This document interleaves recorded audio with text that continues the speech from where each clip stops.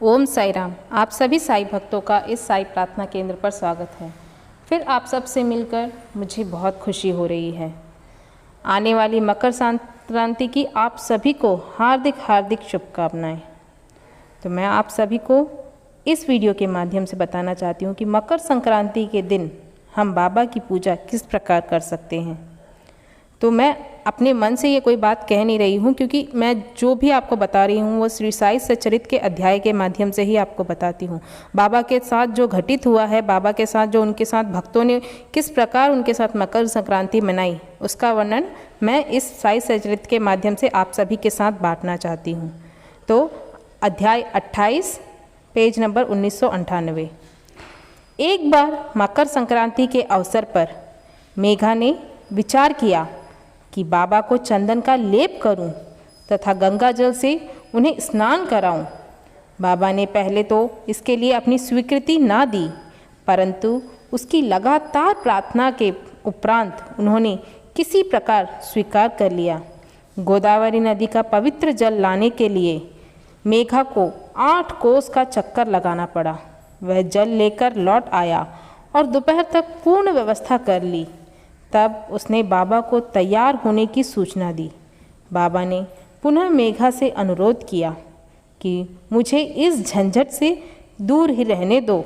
मैं तो एक फ़कीर हूँ, मुझे गंगा जल का क्या प्रयोजन। परंतु मेघा कुछ सुनता ही ना था।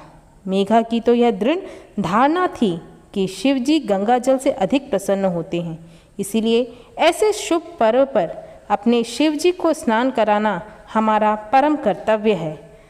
अब तो बाबा को सहमत होना ही पड़ा और नीचे उतरकर वे एक लकड़ी के तख्त पर बैठ गए तथा अपना मस्तक आगे करते हुए कहने लगे कि अरे मेघा, कम से कम इतनी कृपा तो कर लेना कि केवल मेरे सिर पर ही पानी डालना। शरीर पर प्रधान अंग है, सिर जो है शरीर का प्रधान अंग है और उस पर पानी डालना ही पूरे शरीर पर पानी डालने के सदृश है। तो मेघा ने अच्छा अच्छा कहते हुए बर्तन उठाकर सिर पर पानी डालना प्रारंभ किया।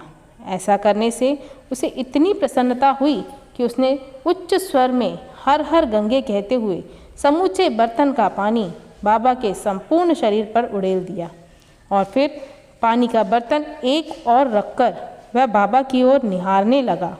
उसने देखा कि बाबा का केवल सिर ही भीगा है और शेष भाग ज्यों का त्यों बिल्कुल सूखा ही है।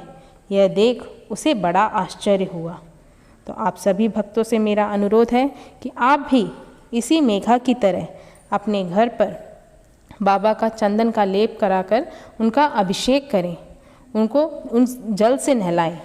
जल से नहलाने के बाद हो सकता है कि बाबा आपको भी वही चमत्कार दिखाएं। मेघा जो था वो एक साधारण सा ही व्यक्ति था, वह एक शिव भक्त था। उसे शिव के सिवा और कोई भक्ति नहीं आती थी।